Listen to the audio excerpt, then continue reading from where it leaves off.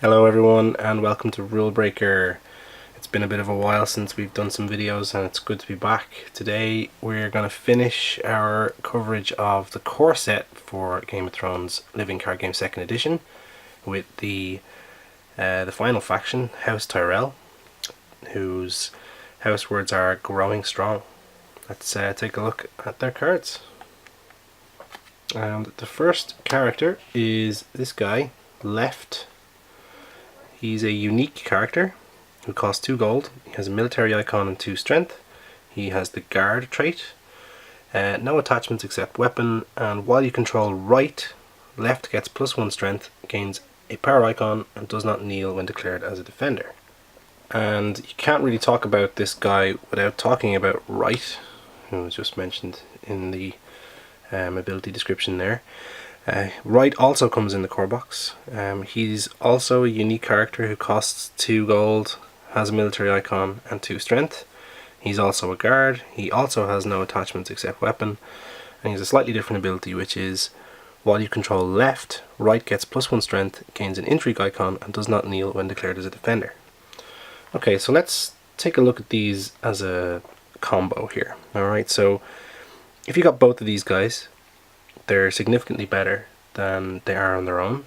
They get an extra icon, they get an extra strength, which is all well and good, but the main benefit you get there is that they do not kneel when declared as a defender. So they're bodyguards. They're Olenna Tyrell's bodyguards thematically. Due to their low cost, you might be tempted to give these guys a try, and I wouldn't blame you for thinking that they might be useful. But personally, I find that these guys are not really worth the hassle, to be honest. Hate to start the Tyrell section on a bit of a downer, but these two characters are not super strong in my opinion. So the downsides here are more than the pros. Like, first of all, you've got to draw both of them and pay for both of them and play both of them and keep both of them alive, probably with duplicates, to get the most out of them, and that's just a lot of slots out of your deck. I think right is probably better than left. You probably want that being able to defend an intrigue challenge if you're not going first in a challenge. It's a little bit more important for Tyrell than I think the power in most cases, depending on your deck type. So right's probably slightly better than left, but again, without him, he's just a chump who does 2 military damage. Likewise, if left is there. I think this is a little bit of a trap combo. It's an obvious combo they put straight into the core set, but it's not something that I personally like or put into my decks if I'm making Tyrell stuff. Both of these dudes are, they're effective for 2 gold, I guess, but, there are better 2-cost characters that are neutral or Tyrell specific that you might use for this purpose. So for that reason, they're pretty run-of-the-mill. I'm going to give them 3 stars each, and they're at best 2 stars when they're on their own. So that's left and right. The next character is Meister Lumbus. So this guy is a unique character who costs 3 gold, has an intrigue icon and 3 strength. He is a Maester, and he has the reaction: after you win an intrigue challenge as the defending player, discard 1 card at random from the attacking player's hand. So most houses in the core set have their own Maester, and as far as Maesters go, this guy's probably one of the better ones, I would say. He doesn't really have much of a synergy thing going on. I think he's alright. He's not super good. For the cost, he's adequate. You're gonna need probably to be defending with another character. That's the only thing, if you're going to be getting his ability off. If you're interested in Meister synergy stuff, the best things you can probably combo with this guy are the glass candle, which is this one here. And what this allows you to do is it gives a Meister insight, so he'll be giving you card draw if you are winning a challenge, and he also lets you discard a card if you kneel this thing, so you'd have to have that attached on Meister Lumbus for that effect. That's only costs 1. Again, it's taking up a spot in your deck with him, so you know it's you know, it's a little risky for filling out your deck, but it's something that he might be useful for. The other Meister thing that I think might work with this guy fairly successfully is the Archmeister's Key. This comes obviously later, it's not in the core set. And what this allows you to do is take an event from the opponent's discard pile and then play it as if it was in your hand. So, you know, it's a nice little combo. Tyrell-like events, so if you're thinking about going down the songs and events and all this kind of stuff, strategy, Meister Lumbus might be worth an inclusion. Without any of this extra stuff on top of him, he's pretty run-of-the-mill. I think he's a 3-star. Certainly by no means an automatic inclusion in any deck, really. But he's, you know, he's alright. He's not too bad. That's Meister Lumbus. And up next is a character you'll probably know, especially if you're a fan of the books in the show. This is Marjorie Tyrell. Yeah, Marjorie Tyrell. She is a unique character. She costs 3 gold, she has intrigue and power icons and 3 strength. Interestingly, she's not a loyal character, so she can be used in banners of Banners of the Rose. She's a lady, which is quite important, and she has a challenges action, kneel Marjorie Tyrell to choose a character. Until the end of the phase, that character gets +3 strength.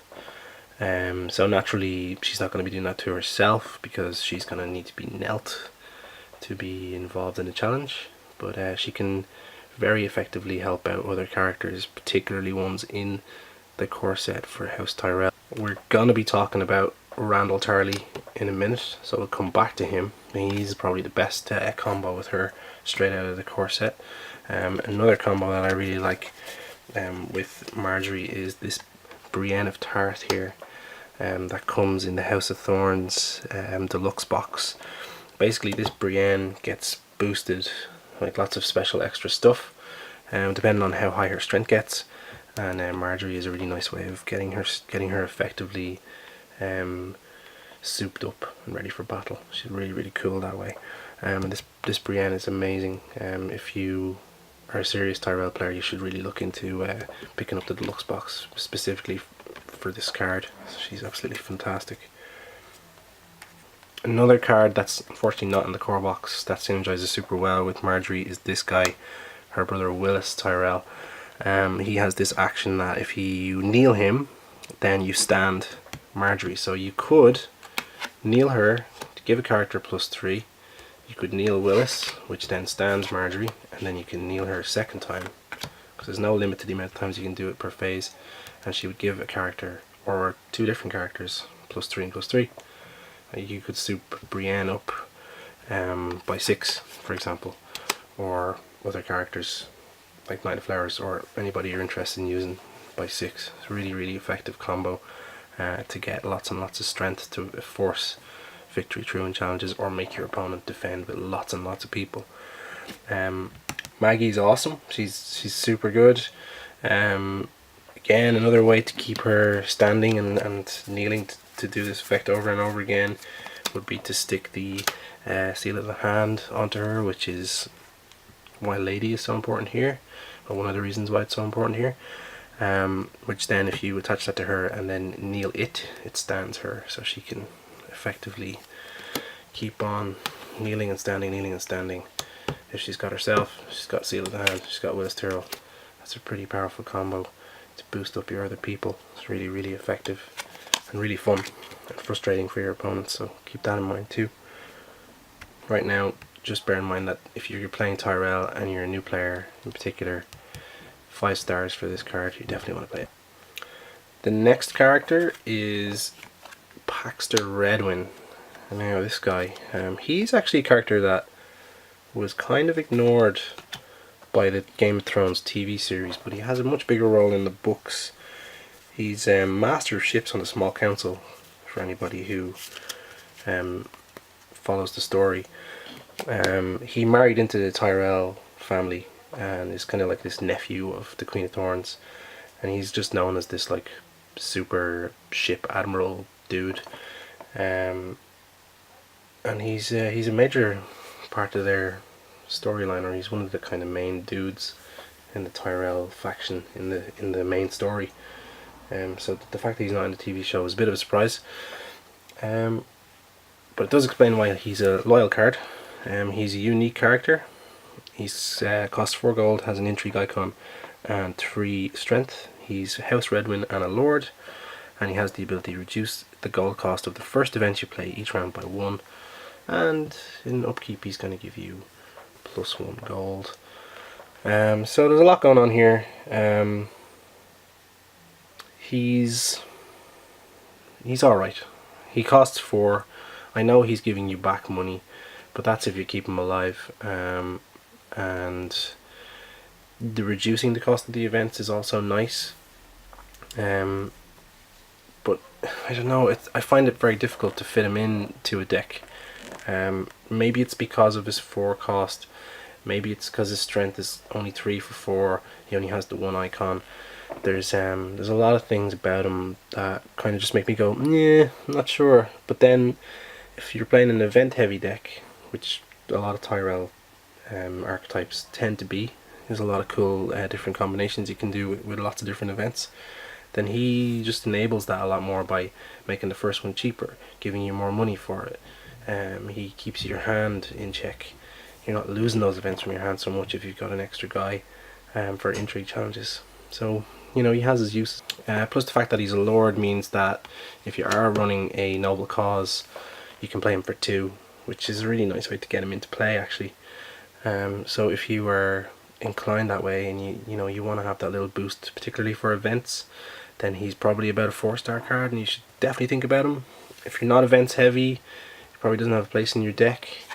So don't really think too much about him. But yeah, I think he's around that 3 to 4-star sort of range anyway, but for event heavy, 4-star. So that's Paxter Redwin. The next card is a bit of a beast. It's Randall Tyrell. You may remember him from the TV series as Sam's father. He's a bit of a jerk. He's a unique character, costs 6 gold. He has a military and power icon and 5 strength. He's House Tyrell and a Lord. He has renown, and his reaction, which is fantastic, is after Randall Tyrell's strength is increased by a card effect, stand him. Limit twice per phase. So anytime his strength is increased at all, he goes from being knelt, usually mid challenge, to being standing again, to be able to challenge again. So naturally he combos really nicely with the Marjorie Tyrell that we just spoke of. So you do a big beastie challenge for 5 with Randall, see what your opponent does, whether they defend or not. You're probably going to add 3 strength to Randall with Marjorie, which then automatically stands him, and then you're attacking for 8, and then you can use him again for the opposite type of challenge that you haven't done. It's really, really effective, really easy, and really obvious. Other than Marjorie, there are tons of ways to increase someone's strength through a card effect. There's another one in the core set that is directly meant to be for him, which is Heartsbane. We're going to talk about that a little bit later, but essentially what that does is increases a character's strength. So obviously you're going to be using it with this guy, and you're going to be making him stand at some point during the challenges phase. So Randall has a lot of strength. He has 2 icons, he costs 6, but he's a Lord, he has all these good things.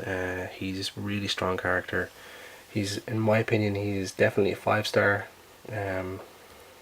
He's really, really good. He's a staple card for aggressive Tyrell players, and highly recommended. The next character is the Knight of Flowers, probably the most famous character from the Tyrells after his sister Marjorie. He is not loyal, just like his sister, so again he works in banners. He's a unique character who costs 5 gold. He has military and power icon, 5 strength. He's a knight and a lord, which gives him a lot of flexibility for attachments and events and this sort of stuff. He has renown and really, really strong ability here. While the Knight of Flowers is attacking alone, the defending player cannot declare more than one character as a defender. So if you attack with Knight of Flowers, your opponent can only block with one guy, which makes him pretty formidable, especially with 5 strength, which you can increase. I just showed you Heartsbane, which also comes in the Courtesan, which gives somebody +3. There's not many characters who can defend 8 strength, so this is another reason to think about Heartsbane as an attachment for your deck. Knight of Flowers is a auto include in a lot of Tyrell builds for decks. He's definitely a 5-star in my opinion. And we mentioned Willis Tyrell earlier, this guy. He also helps out Knight of Flowers when he kneels. He gives him insight, so you can get card draw for winning challenges, and with this guy you really should be winning challenges. He's not a defender, he's a attacker. Go first, use him, do some damage, clean up. That's what he's for. For fans of the books and the show, you may remember the time when the Knight of Flowers jousted with Sir Gregor the Mountain Clegane, and he had a trick up his sleeve where his horse, he had a mare in heat, and he used that to confuse and rile up the Mountain's horse, which is what made him win the joust. Really, he sort of cheated in a way. The mare in heat card is pretty much built just to be used with the Knight of Flowers. It comes in one of the packs later on, and what that does is it's a knight character only attachment, and he's a knight, so there you go. While attached character is attacking or defending alone, which Knight of Flowers is definitely going to be doing. Mare in Heat gains Kneel Mare in Heat to choose a participating character with strength higher than that of attached character and remove it from the challenge. So this just makes him even more unfair. He's going to be winning a challenge almost guaranteed if Mare in Heat is attached onto him. So that's a really, really nice combo, and something you should check out for your Knight of Flowers. Really cool card. The next card is probably my favorite character in the Game of Thrones TV series, anyway, for sure, especially later on after King Robert is dead. It's the Queen of Thorns, also known as Olenna Tyrell. She is a loyal, unique character who costs 7 gold. She has an intrigue and a power icon. She has 5 strength. She's a lady, naturally. And her reaction, which sounds pretty bonkers when you first get into the game, is after you win an intrigue challenge in which the Queen of Thorns is participating, put a Tyrell character with printed cost 6 or lower into play from your hand. Wow, okay. So let's just break this down. She's got 5 strength. She's got intrigue. She's got power. That's nice. That's really, really good. She's a lady, so she has all those lady benefits like the ones we spoke with Marjorie Tyrell. She can be given the attachment the Seal of the Hand, for example, which allows her to stand after she's been knelt, which is just monstrous, like absolutely crazy. But her ability is what makes her so interesting. If you win an intrigue challenge with her, you can drop the Knight of Flowers in to capitalize on that. You can drop Randall Tyrell in if you have him in your hand. You can drop any of the characters in the core set for free, and quite a lot of all of the other characters put together from all the other sets. Yeah, so I mean, there's a pretty easy and obvious strategy here if you've got this crazy card in your deck, which is double down on intrigue, win some challenges, put down heavy hitting military and power characters, try to Seal of the Hand her to stand her. She's amazing. She's really, really good. She's a 5-star for me, 100%. Another combo to be aware of is the agenda, the Reigns of Castamere, the famous Lannister song, but working against them if coupled with the Queen of Thorns. Basically what this one does is, if you win an intrigue challenge by 5 or more strength, kneel your faction card to reveal a new plot, a scheme plot, which allows you to do kind of tricky things like kill people, kneel people, all that sort of stuff.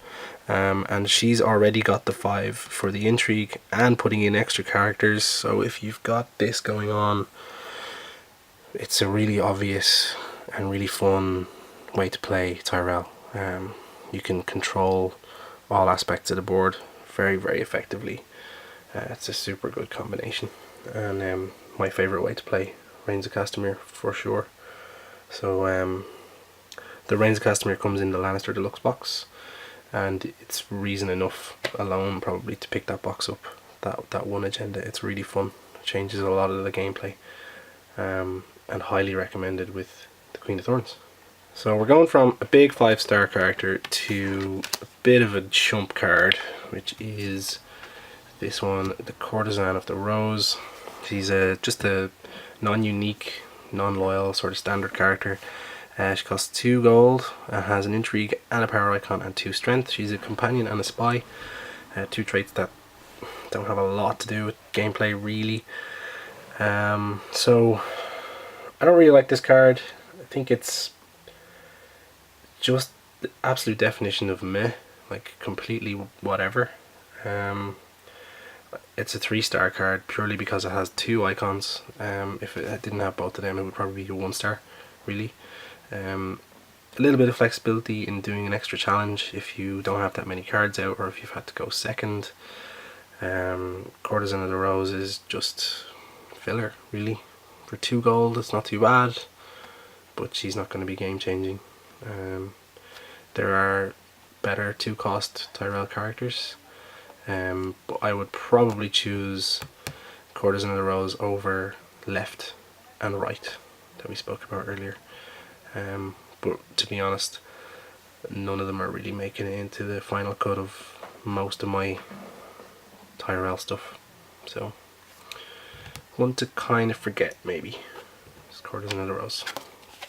The next card is one that we see a lot in the core set. Every house has it. It's the reducey costy kind of guy. This case it's the Garden Caretaker. It may look very familiar if you know your cards from your other houses.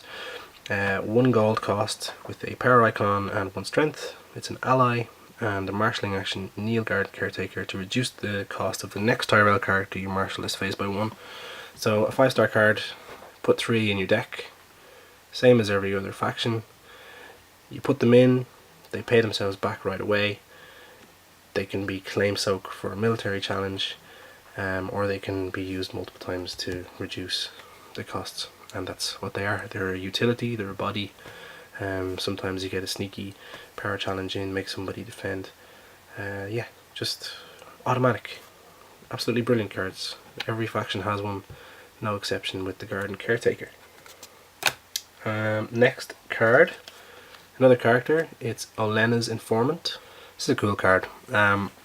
She's 3 cost, intrigue and power icon, with 2 strength, non-unique, is an ally and a spy, has ambush of 4, which we'll come back to in a moment, with the reaction, after Olenna's Informant enters play during the challenges phase, name a challenge type.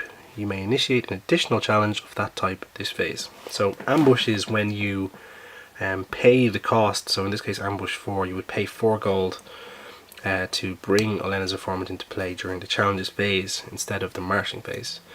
And in her case, it allows you to do another challenge of a type you may have already done. So what are you thinking? Well, what I'm thinking is I've got my Olenna Tyrell and I've already done an intrigue challenge, but not with her, with somebody else, maybe one of my chump characters. I'm dropping in Olenna's Informant for 4 gold, and then I'm winning my intrigue challenge with Queen of Thorns, which then allows me to play Knight of Flowers for free or Randall Tyrell for free and cause absolute mayhem.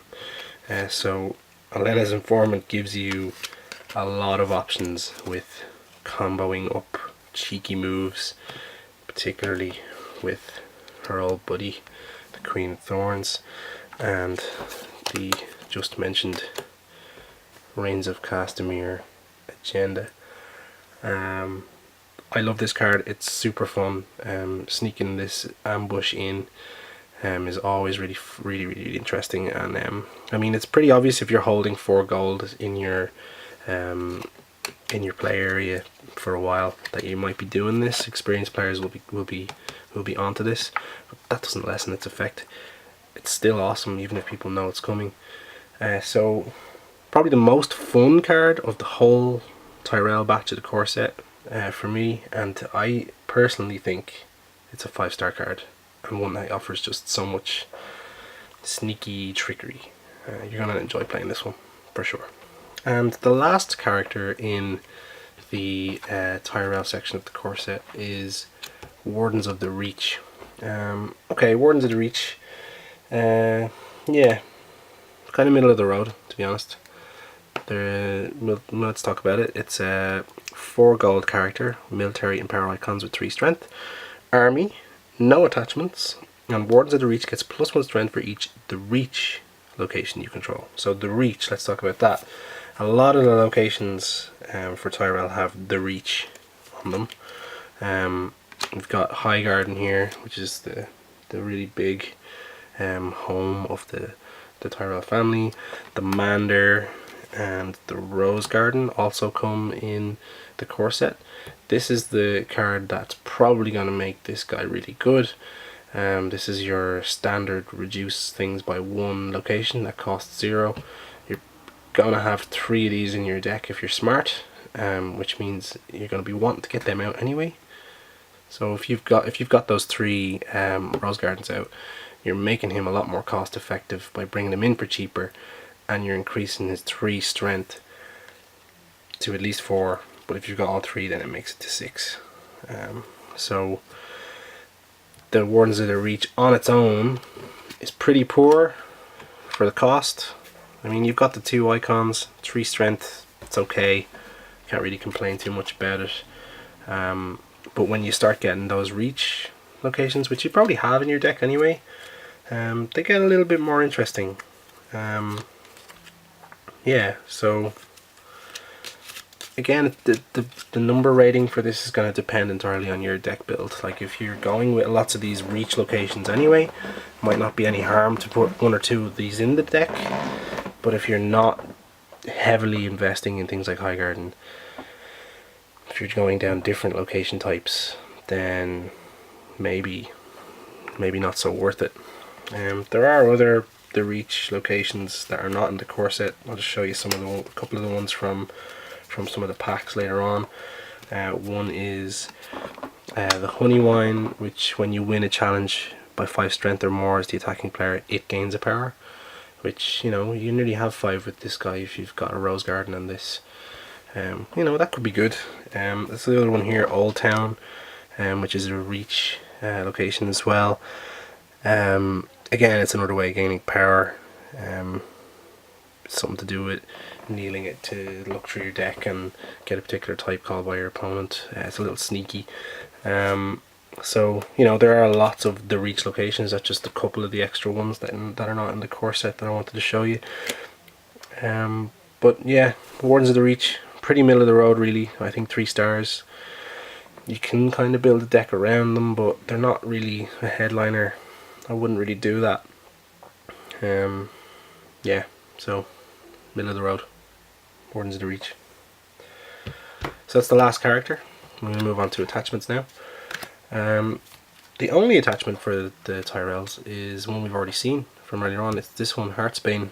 It is a unique attachment, costs 1 gold. It's a Valyrian steel and a weapon, and very importantly it has Tyrell character only, so you're not going to be putting this on Jaime Lannister or Khal Drogo. Action: while attached character is participating in a challenge, kneel Heartsbane to give that character +3 until the end of the challenge. We did mention this when speaking about Randall Tyrell earlier. It's the obvious combo. I mean, the sword is even in his artwork, if you can see it there.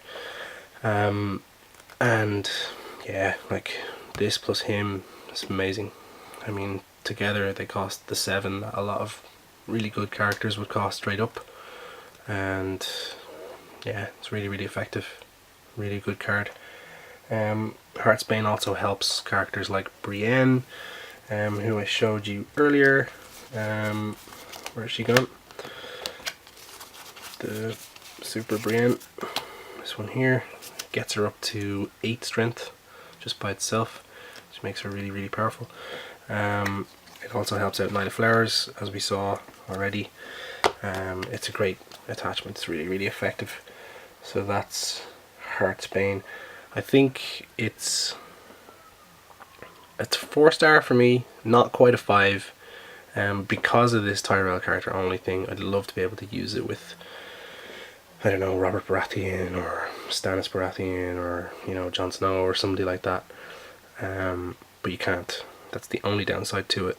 It's mega effective with Randall Tyrell and Knight of Flowers. So in the Tyrell deck it's almost an auto include, but again I'm hesitant to give it the full 5 stars. That's Heartsbane. Onto locations.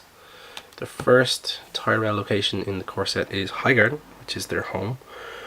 It is a loyal and unique location. It costs 3 gold, so it's quite expensive. It's a stronghold, and it's got the reach, which we spoke about with the Wardens of the Reach, and has the challenges action: kneel Highgarden and pay 1 gold to choose an attacking character. Stand that character and remove it from the challenge.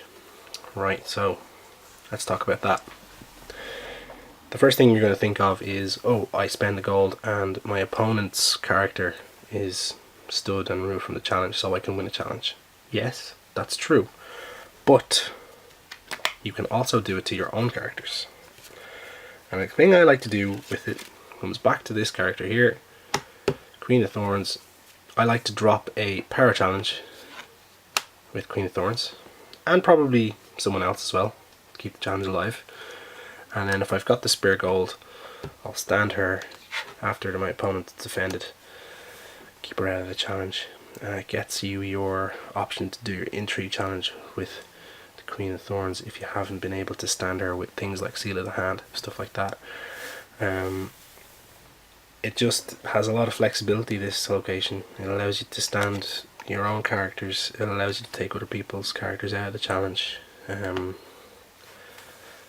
It's really effective. It's really interesting as well. It gives you a lot of flexibility. For me, it's a 5-star, even though it's expensive, even though you're paying gold to do it each time, even though you kneel it, so you can only do it once per round. It just gives you so many options. Options are key in this game, and it's great. Yes, have some fun with Highgarden. Really fun. The next location is Lamander, which apparently is the longest river in Westeros, longer than the Trident. Apparently. I read that somewhere. Not sure if I believe it, but apparently it's true. The Mander is a loyal and unique location, also costing 3, so Tyrell locations are expensive in the core set. That's a balancing thing, and because they're really good. It's the reach, and the reaction is, after you win a challenge by 5 or more strength, kneel the Mander to draw 2 cards. Yeah, so card draw. Expensive up front, 3 gold. That's, you know, it's a lot. And 5 strength sometimes can be pretty tricky to pull off. But drawing 2 cards, it's really good. I mean, you want to be drawing cards as much as you can in this game. We spoke already, at least once or twice, about the Knight of Flowers and how he forces you to forces your opponent to defend with only 1 character. If you can do that and get that 5 strength, this is really effective. It's really good. You know, 5 strength can be tricky to get if your opponent's defending. So there is that. That's the downside. And that's why it's a 4-star card, not a 5-star. Everybody wants to draw those 2 cards, but not everybody's going to be able to do that 5 strength over the win. So, you know, if your opponent defends with even a 1 strength character, you got to be attacking with 6. So it's a little tricky. It's worth it if you can do it. If you've got big boosted up characters like Randall Tyrell running around doing, you know, 8 strength challenges, that's gonna work for you, and it's not restricted by any particular challenge type, which is really good. But it's competing with other locations in the Tyrell stable. Like, you've got this guy here, the Arbor, which comes later on. It costs 4. Now it's going to be giving you 3 gold each turn, and that will make you probably play the Mander. But if you're sitting this in your deck to get that 3 gold, it's probably to play big characters, lots of events, that sort of stuff. Probably not to be playing millions of locations. I could be wrong about that. But yeah, the Mander, it's great, but it's risky, and that's why it's 4 stars, not 5. Last location for Tyrell is the Rose Garden. It's, you know these by now, 0 cost, limited, the reach, marshalling action, kneel Rose Garden to reduce the cost of the next Tyrell card you marshal this phase by 1. So 5 stars, auto include 3 in every deck. Play this, kneel it, reduce something by 1. It stays there forever. It has the reach trait for your Wardens of the Reach if you're playing that. Really, really good. Nothing more to say other than you gotta have these guys in your deck. Absolutely. Same as every other faction. Amazing. Okay, 3 cards to go, all events. First one is Growing Strong, which are the house words for House Tyrell. As you can see here. It is a 1 cost event. Challenges action. Choose up to 3 Tyrell characters. Until the end of the phase, each of the chosen characters gets +2 strength. +2 strength for 3 characters. That's pretty good. It's a really good event. And it works with Randall Tyrell, which stands him. It works with anything that needs 5 strength, like the Mander, like we just spoke about. It works a treat for that sort of stuff. It's until the end of phase, so you don't need to do everything with the characters you've chosen right away. You can do it right at the start, have it for the whole round. If you're standing those characters again, like you are with Randall and whoever, the strength stays with them. It's not gone after they've done their part in the first challenge that they're in. Yeah, it's really, really good. So Growing Strong. I'm sort of sitting on a 4 star for this guy, but it might be a 5. Maybe it's a 4.5. Let's call it 4.5 for Growing Strong. It's just so flexible. It's really useful, and it's 1 cost. It's not like it's going to cost you 2. And if you've got Paxton Redwin in your deck, it's free. So there is that too. So I like this card. It's fun. It's a fun card. It's Growing Strong. The next one is Olena's Cunning. Alright, so this is a bit more expensive. This is 2 gold, and it's loyal. And it has the reaction: after you win an intrigue or power challenge, the losing opponent names a card type. So that's character, location, attachment, or event. Search your deck for a card with a different card type, reveal it, and add it to your hand. Shuffle your deck. So yeah, 2 gold's a lot. It's restricted by intrigue and power. You know, I mean, you're probably going to be using Olena, the Queen of Thorns herself, to do this. More than likely. So you're probably going to be dropping down more characters. But what this allows you to do is get that character that you really want from your deck. But if you think your opponent is going to say character, then you can use it to get things like Heartsbane or Highgarden. You know, you've got an option here. The only thing about it is up to your opponent to decide. So your opponent knows you, knows the game. They're probably going to know what you're looking for. They're going to be able to deduce what's missing from your player board and say attachment, and you're like, shit, I really needed Heartsbane. That's not good. I guess I'll get a character. So you know, you're always getting something. You're always getting something good, and you're being able to choose it from your deck, from your entire deck, which is very hard to do in Game of Thrones 2nd edition. Usually it's search 10 cards from your deck and pick something. This is your entire deck, which is very rare. So for that reason, it's really good. The 2 gold cost is a little high, and for me, it just doesn't really find its way into my decks. So I feel like it's a 3, possibly 4-star card. There's a few downsides. You know, it's not a perfect card by any means. Elena's Cunning. I'll let you figure that one out for yourself. Try and build a few decks. Use it. See how it works out for you. A lot of the time it's let me down. Which is probably why I feel like I'm leaning towards 3 stars. It is a fun card, but it's not very efficient. So that's Elena's Cunning. And the last card is a song called The Bear and the Maiden Fair. It's a 0-cost event with the song trait, and the action: choose a player, look at the top 5 cards of that player's deck, place up to 3 of those cards on the bottom of that deck and the others on top in any order. Yeah, knowledge is good. Knowing what your opponent's going to draw is really, really handy. For that reason, you may choose to leave all 5 cards on top so you can plan accordingly. Or if you look out and you get a really, really, really, really good card from your opponent's deck that you don't want them to get, stick it on the bottom. They won't get it for a while. It costs nothing. It's, you know, if you're looking for a couple of events to stick into your Tyrell deck, you can go a lot more badly than the Bear and the Maiden Fair.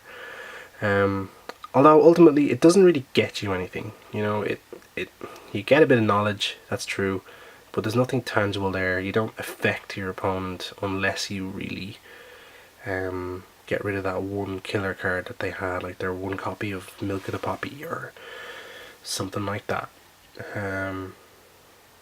So it's luck of the draw, and if you're trying to be a champion, if you're trying to be a competitive player, you're not really relying on luck of the draw. You're going to want to be doing stuff that's, you know what it's going to do, and this card doesn't really let you do that. Quick synergy with it is this neutral card here, Tom of 7 Streams. He's a Brotherhood minstrel, and his reaction is: after you play a song event, choose and stand a non-loyal card you control. The reason I bring it up with Tyrell and this song is because a lot of the really good Tyrell characters are non-loyal. So you've got Randall Tyrell, you've got Knight of Flowers, you've got Marjorie Tyrell, all non-loyal characters. So he works really well with these guys, and a free song to play to trigger him is Bear and the Maiden Fair. So yeah, it's probably the only real synergy I can think of with that card, is this guy. So check him out. So Bear and the Maiden Fair, pretty middle of the road, probably a 3-star, mainly because it's free. If it cost anything, it would be way less. Probably be a 2-star. And that's the last Tyrell card from the core set. So that's Tyrell. They have a lot of really awesome core set cards. My favourite is probably the Queen of Thorns, who, you know, brings everybody else into play. She's really, really effective. It's my word of the day today. Effective. I've said it a lot. I like Knight of Flowers as well. Forcing people to only defend with 1. That's great. Highgarden is just a fun, efficient, costly but efficient location, and gives you a lot of flexibility. That's definitely the pick of the pile. Randall Tyrell, Marjorie Tyrell, you know, these cards also really, really good. Yeah, so the Tyrell core stuff is really fun. They get a lot of great cards in their deluxe box, which we'll talk about in the near future, hopefully. But for the moment, if you're a core set player, if you're new, there's a lot to like in the Tyrell faction. They're a bit different to everybody else in that a lot of things cost a lot, but they get a lot of money. They shut you down pretty effectively too. Yeah, and that's House Tyrell. So thank you for watching, and the next time we talk about Game of Thrones, we're probably going to be going on to the deluxe boxes. So we'll likely be talking about Starks, Lannisters, someone like that. So I look forward to making the next video for you folk, and quick shout out to everybody who gave feedback on previous videos. Hopefully the lighting and the camera stuff is a little better now. I've invested in some stuff. Hopefully this one is a little bit easier to see everything. Do give that sort of feedback, it's great, I really appreciate it. And until next time, see you later.